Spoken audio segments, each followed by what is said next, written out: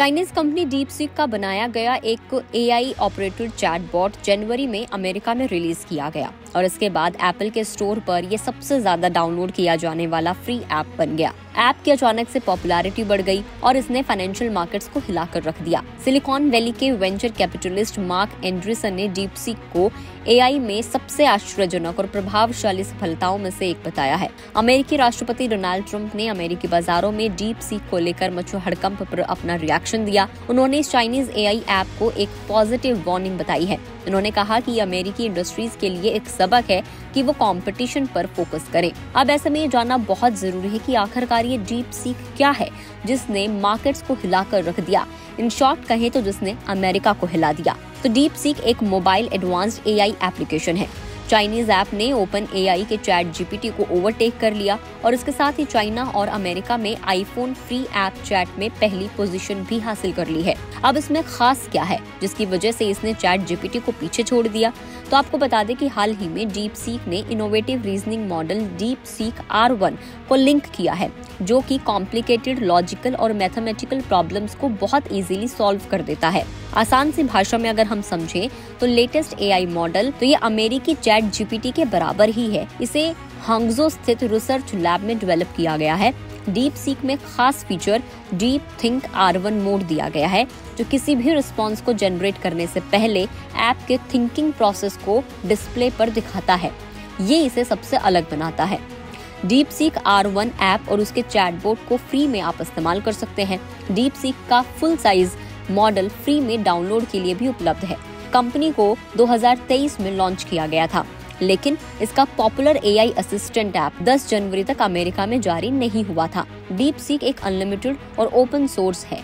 App के पीछे के रिसर्चर का ये कहना है कि इसे बनाने में सिर्फ $6 मिलियन लगे हैं, जो कि अमेरिका में AI कंपनियों द्वारा खर्च किए गए कई अरबों डॉलर से बहुत कम है। यानी कि जो दूसरी कंपनियां हैं वो ऐसी टेक्नोलॉजी पर 500 करोड़ रुपए यानी कि $60 मिलियन खर्च करती है, लेकिन इसे बनाने में सिर्फ $6 मिलियन लगे हैं। यानी कि ये कॉस्ट इफेक्टिव है। ये एप्पल के ऐप स्टोर पर अमेरिका में सबसे ज्यादा रेटिंग वाली फ्री एप्लीकेशन भी बन गई है।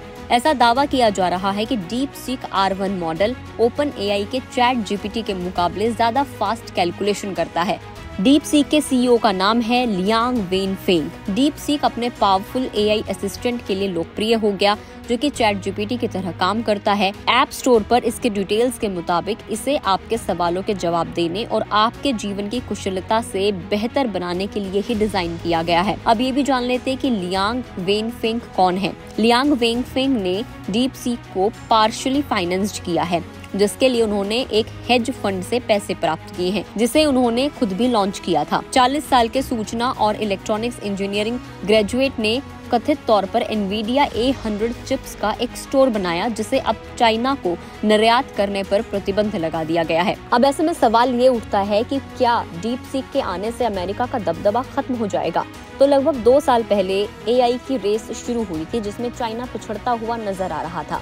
लेकिन हाल ही में ड्रैगन ने जो ये अपना लार्ज लैंग्वेज मॉडल लॉन्च किया है, तो उसने इस रेस में दमदार वापसी की है। कुछ अमेरिकी टेक्नोलॉजी कंपनियों द्वारा AI में अरबों डॉलर निवेश करने के निर्णय पर अब संदेह भी पैदा हो गया है। एनवीडिया समेत कई बड़ी टेक्नोलॉजी कंपनियों के शेयर्स पर इसका असर पड़ा। सोमवार को एनवीडिया के शेयर्स में 17% की गिरावट देखी गई है।